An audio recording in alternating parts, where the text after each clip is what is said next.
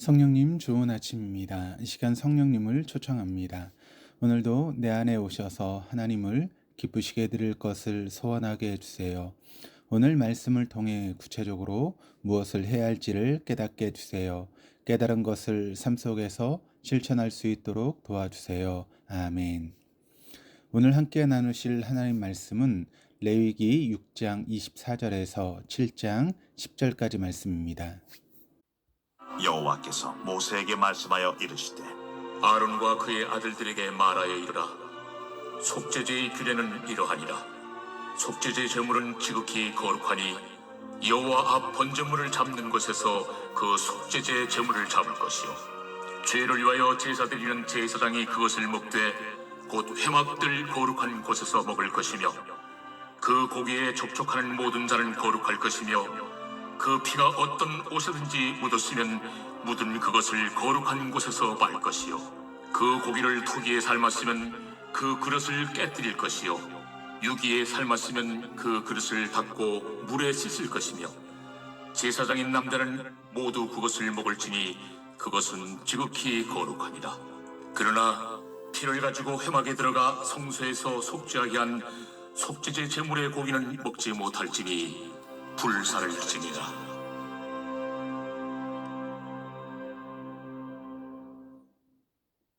제 7장.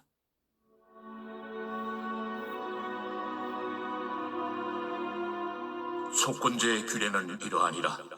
이는 지극히 거룩하니 번제물을 잡는 곳에서 속건제의 번제물을 잡을 것이요, 제사장은 그 피를 제단 사방에 뿌릴 것이며, 그 기름을 모두 들이되 곧 그 기름진 꼬리와 내장에 덮인 기름과 두 콩팥과 그 위의 기름 곧 허리 쪽에 있는 것과 간에 덮인 거풀을 콩팥과 함께 떼어내고, 제사장은 그것을 다 제단 위에서 불살라 여호와께 화제로 드릴 것이니 이는 속건제니라.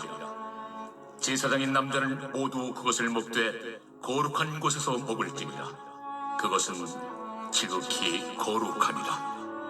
속죄제와 속건제는 규례가 같으니 그 제물은 속죄하는 제사장에게로 돌아갈 것이요, 사람을 위하여 번제를 드리는 제사장 곧 그 제사장은 그 드린 번제물의 가죽을 자기가 가질 것이며, 화덕에 구운 소제물과 냄비나 철판에서 만든 소제물은 모두 그 드린 제사장에게로 돌아갈 것이니, 소제물은 기름 섞은 것이나 마른 것이나 모두 아론의 모든 자손이 균등하게 분배할 것이니라.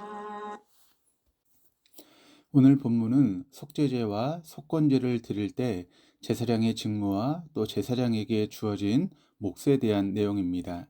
24절입니다. 여호와께서 모세에게 말씀하여 이르시되. 레위기에서 새로운 주제를 설명할 때 여호와께서 모세에게 말씀하여 이르시되라고 하는 관용구를 사용하고 있습니다. 레위기를 통해 말씀하고 계시는 모든 규례가 인간 모세에게서 나온 것이 아니라 하나님의 말씀을 전달하고 있다라고 하는 것을 분명히 밝히고 있습니다. 하나님께서는 모세를 통해 아론과 그의 아들들이 맡은 제사장의 임무에 대해서 전하셨습니다. 먼저 속죄제에 대한 내용입니다. 25절 26절입니다. 아론과 그의 아들들에게 말하여 이르라. 속죄제의 규례는 이러하니라. 속죄제의 제물은 지극히 거룩하니 여호와 번제물을 잡는 곳에서 그 속죄제의 제물을 잡을 것이요, 죄를 위하여 제사 드리는 제사장이 그것을 먹되 곧 회막들 거룩한 곳에서 먹을 것이며. 속죄제는 어떤 사람이 실수로 잘못을 저질렀을 때나 제사장이 죄를 지은 경우 죄를 사함받기 위해 드리는 제사입니다. 속죄 제사에 바치는 제물은 번제물을 잡는 자리, 곧 주 앞에서 잡아서 바치라고 하십니다. 잡은 제물은 제물을 가져온 사람의 죄를 속하였고, 제사를 집례한 제사장은 그 제물을 먹어야 했습니다. 속죄 제물은 거룩한 제물로 분류가 되었고, 제사장이 제물을 먹는 장소도 거룩한 장소, 즉 회막 뜰 안에서 먹어야만 했습니다. 그리고 제물이 된 고기에 접촉된 사람은 누구나 거룩하게 될 것이다 라고 말씀하셨습니다. 27절, 28절입니다. 그 고기에 접촉하는 모든 자는 거룩할 것이며 그 피가 어떤 옷에든지 묻었으면 묻은 그것을 거룩한 곳에서 빨 것이요 그 고기를 토기에 삶았으면 그 그릇을 깨뜨릴 것이요 유기에 삶았으면 그 그릇을 닦고 물에 씻을 것이며 고기에 접촉된 사람은 누구나 거룩하게 될 것이다 라고 말씀하고 있습니다. 거룩한 사람이 재물을 다루어야 한다라고 하는 말씀입니다. 하나님께서 진실로 원하시는 것은 하나님께서 거룩하신 것처럼 하나님의 백성도 거룩하시기를 원하신다는 것입니다. 하나님께서 거룩하신 분위기에 하나님 앞에서의 거룩함을 유지하는 것이 중요합니다. 거룩하지 않은 상태로는 그 어떤 일도 할 수 없습니다. 27절에서 제물의 피가 옷에 묻은 경우 거룩한 곳에서 옷을 빨도록 하셨습니다. 또한 제물을 토기에 삶았으면 그 토기는 깨트리라 하셨고 유기에 삶았으면 그 그릇을 닦고 물로 씻으라 하셨습니다. 제물의 피가 튀기 쉬운 곳은 제사장의 옷이었습니다. 하나님께서는 그 피 묻은 옷을 거룩한 곳에서 빨라라고 명령하십니다. 단지 피 묻은 옷을 깨끗하게 하기 위한 목적이 아니었습니다. 거룩한 피 묻은 옷을 성문 밖으로 가져가게 되면 거룩함이 훼손될 수 있기에 반드시 그 옷을 거룩한 성막 안에서 빨도록 하셨습니다. 거룩한 것과 속된 것을 구별하시기 원하시는 하나님의 깊은 의도를 알 수 있습니다. 피 묻은 옷을 성막 안에서 빨게 하셨을 뿐 아니라 고기 삶은 그릇도 깨트리거나 삶게 하셨습니다. 깨트려야 되는 그릇은 토기 그릇입니다. 희생제물을 넣고 끓일 때 우러나는 국물이 토기 그릇에 스며들게 됩니다. 따라서 그릇 속에 스며든 국물은 완전히 씻어낼 수 없었기에 깨트리도록 하셨습니다. 만약 제물을 삶았던 토기 그릇을 다시 사용한다면 거룩하게 구별한 것이 훼손될 위험이 있기 때문입니다. 그러나 유기, 즉 녹그릇은 물로 씻게 하셨는데 녹그릇에는 국물이 스며들지 않기 때문입니다. 하나님께서는 아주 작은 것이라도 거룩이 훼손되지 않도록 하셨던 것을 볼 수 있습니다. 오늘 본문에서 가장 강조되고 있는 단어는 거룩이라고 하는 단어입니다.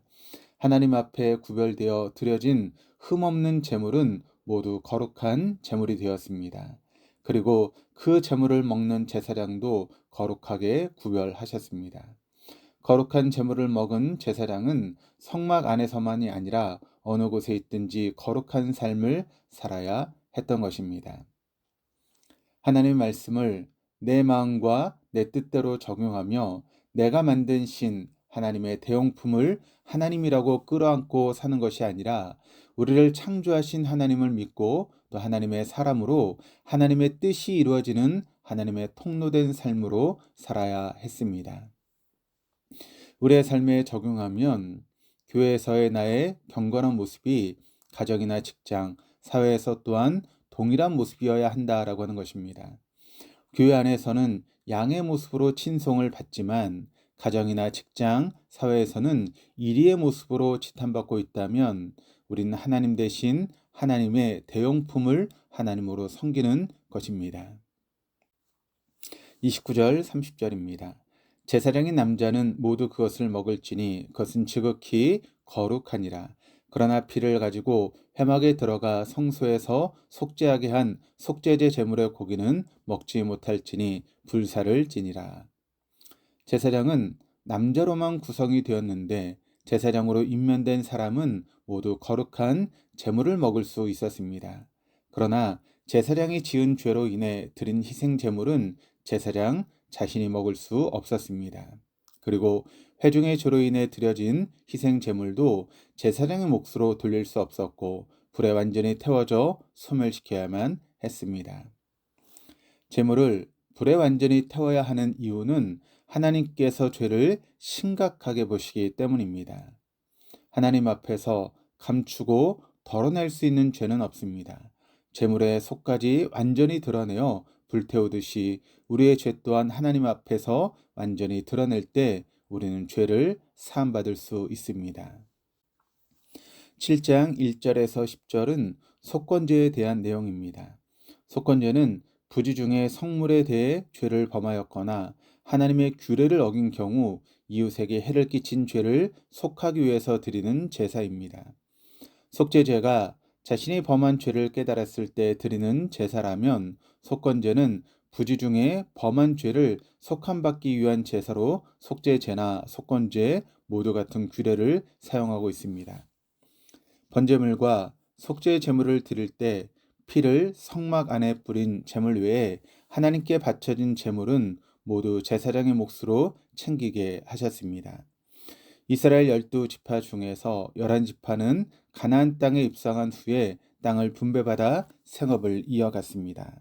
그러나 11지파를 제외한 나머지 한 지파인 레위지파는 하나님께서 친히 그들의 기업이 되셨습니다.